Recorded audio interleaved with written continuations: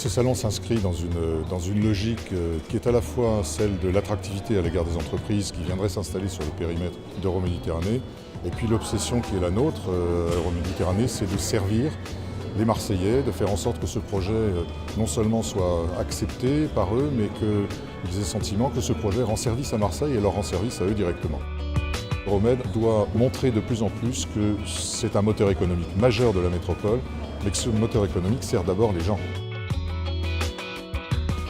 La Cité des entrepreneurs d'Euroméditerranée organise depuis 10 ans ce salon parce qu'elle a conscience que Euroméditerranée doit avoir à la fois une vision sur l'apprentissage, sur les métiers, sur la formation, mais également doit montrer que les entreprises qui s'installent sur Euroméditerranée ou celles qui étaient déjà présentes et qui du coup maintenant font partie du panorama de ce nouveau territoire proposent des emplois.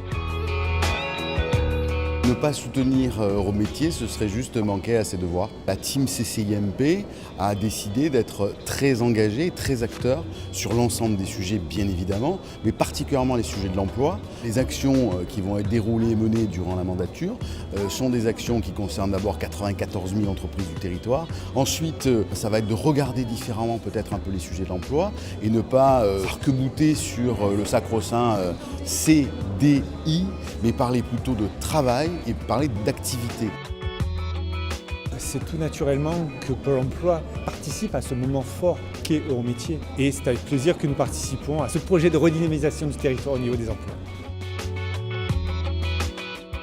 Au-delà d'accueillir les jeunes et les demandeurs d'emploi d'une manière générale sur l'accueil et puis les entreprises, nous animons un atelier qui s'appelle 5 minutes pour convaincre.